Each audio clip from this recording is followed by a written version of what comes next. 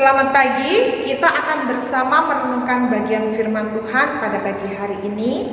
Kita akan berdoa terlebih dahulu. Tuhan, tolonglah kami mendengarkan firman-Mu pada hari ini. Tolonglah kami bisa menjadi pelaku firman-Mu yang setia. Di dalam nama Tuhan Yesus kami berdoa, amin. Firman Tuhan pada hari ini kita akan membahas satu tema, yaitu tentang menghormati orang tua. Baru-baru ini saya melihat sebuah berita yang cukup menyedihkan ketika berbicara tentang orang tua, karena diberitakan bagaimana seorang ibu yang tidak mau diterima oleh anaknya sendiri. Dengan kata lain, ibu ini dibuang oleh anak-anaknya dengan berbagai alasan yang dikemukakan sehingga tidak mau merawat sang ibu. Tentu hal ini bukanlah satu kasus yang baru-baru ini terjadi, tetapi seringkali banyak dan mungkin lebih banyak lagi terjadi pada masa lampau. Kenapa hal ini bisa terjadi? Inilah Bapak Ibu, realita kehidupan manusia yang jatuh dalam dosa. Ketika kita tidak mengenal kasih daripada Kristus, maka kita mungkin bisa menjadi orang yang demikian.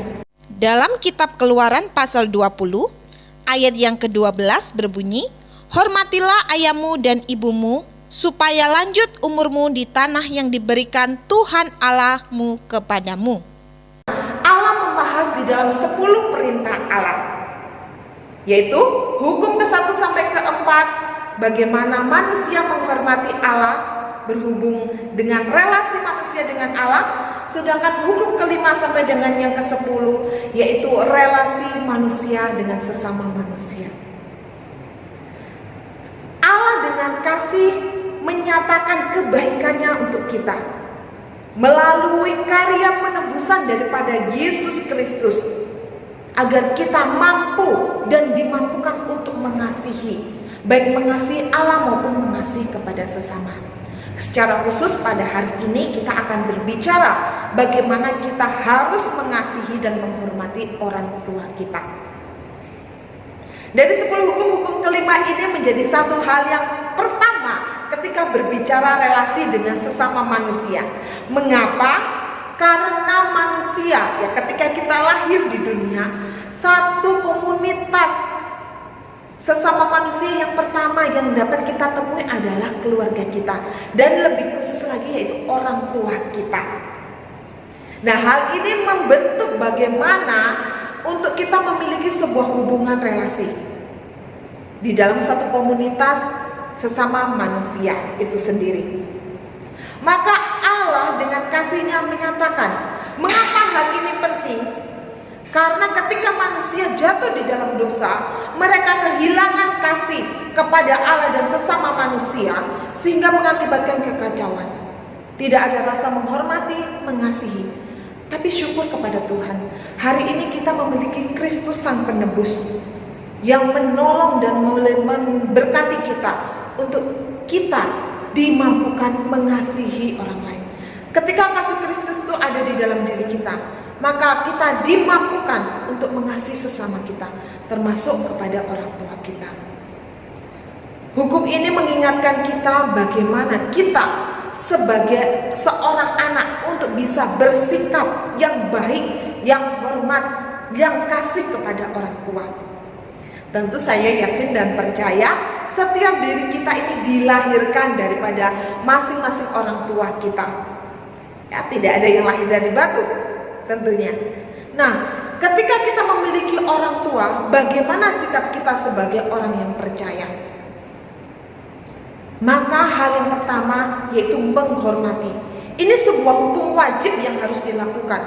Satu panggilan seorang anak kepada orang tuanya yaitu menghormati, menghargai.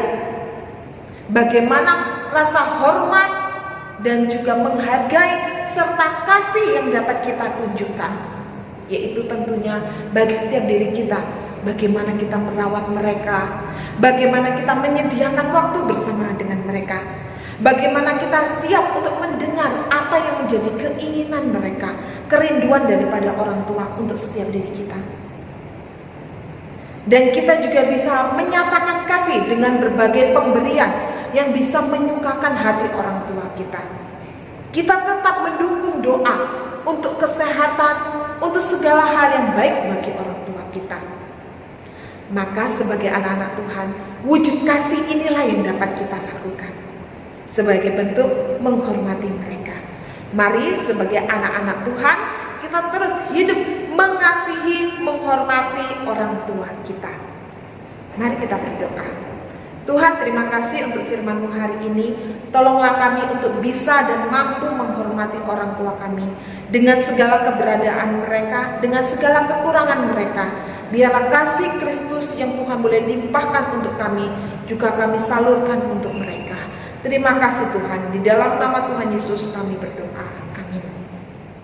Lenyap arman aku, percaya dan patuh padanya.